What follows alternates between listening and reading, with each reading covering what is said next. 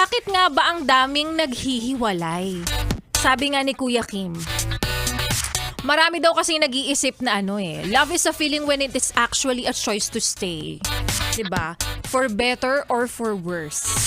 Dahil dapat piliin mo siya kasi nga it's a day-to-day walk. Dahil ang pagmamahal ay isang desisyon na kailangan mo raw gawin araw-araw.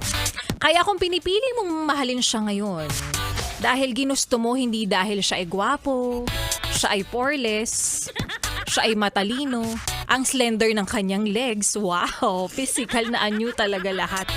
Matalino o kaya naman siya ay chinito. Pero syempre dahil minahal mo siya, sa taglay niyang pambihira, ay, sweet, sweet. Pero ito yes, pre na, ibang usapan na kapag marami siyang pera.